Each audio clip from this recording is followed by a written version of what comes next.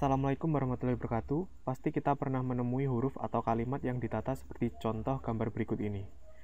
Penataan dan pengaturan huruf agar terlihat indah dan menarik ini disebut dengan tipografi. Tipografi adalah perpaduan antara seni dan teknik mengatur tulisan, agar maksud serta arti tulisan dapat tersampaikan dengan baik secara visual kepada pembaca. Pengolahan tipografi tidak hanya terbatas lewat pemilihan jenis huruf, ukuran huruf, dekorasi, kesesuaian dengan tema, tetapi juga meliputi tata letak vertikal atau horizontal tulisan pada sebuah bidang desain. Ilmu tipografi digunakan pada banyak bidang, diantaranya desain grafis, desain web, percetakan, majalah, desain produk, dan lain sebagainya. Kategori tipografi.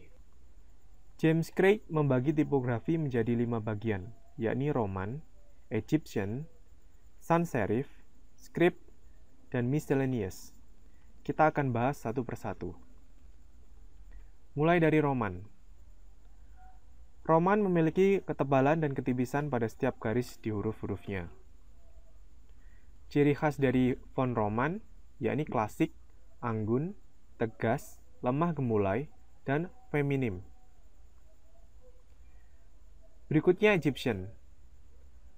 Huruf yang berada di bawah keluarga Egyptian memiliki ciri huruf seperti papan.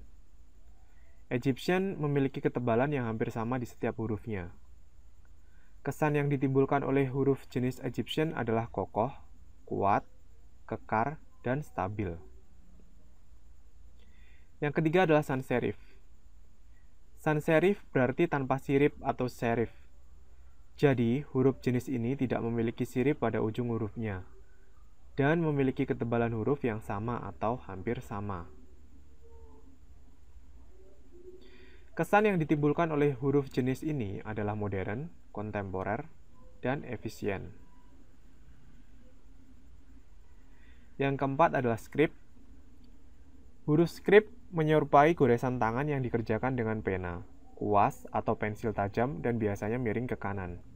Kesan yang ditimbulkan dari penggunaan font script adalah sifat pribadi dan akrab. Terakhir, miscellaneous. Huruf jenis ini merupakan pengembangan dari bentuk-bentuk yang sudah ada, ditambah hiasan dan ornamen atau garis-garis dekoratif. Kesan yang dimiliki font miscellaneous adalah dekoratif dan ornamental. Berikut ini adalah beberapa contoh lain dari tipografi.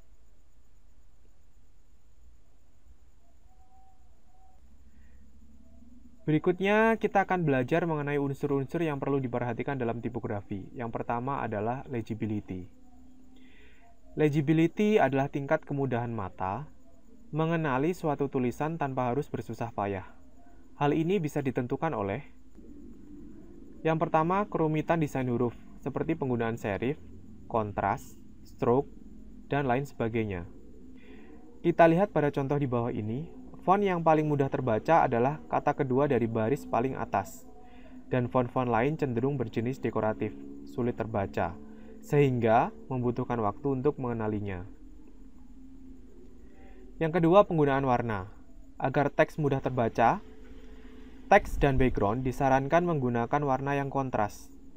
Misalnya, jika teks menggunakan warna cerah, background yang digunakan haruslah berwarna gelap. Begitu juga sebaliknya. Jika teks berwarna gelap, background harus menggunakan warna cerah. Yang ketiga, frekuensi pengamat menemui huruf tersebut dalam kehidupan sehari-hari. Kata kedua pada contoh di bawah ini, selain menggunakan font yang mudah dikenali, font tersebut juga sering digunakan dalam beberapa media cetak atau bacaan lainnya, sehingga pembaca sudah familiar dengan font tersebut.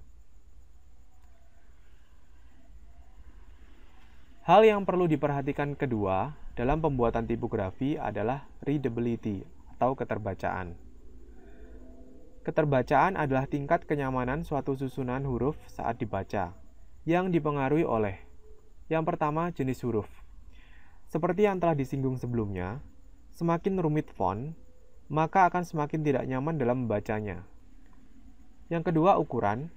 Besar kecilnya font harus disesuaikan dengan media yang digunakan. Misalnya untuk buku, judul buku harus dibuat lebih besar daripada ukuran font isi buku itu sendiri. tidak bisa sebaliknya. Yang ketiga, pengaturan, termasuk di dalamnya alur, spasi, kerning, perataan, dan lain sebagainya. Ukuran spasi, jarak antar huruf juga perlu disesuaikan agar mata tidak terlalu lelah membaca, karena jarak antar kata atau kalimat yang renggang.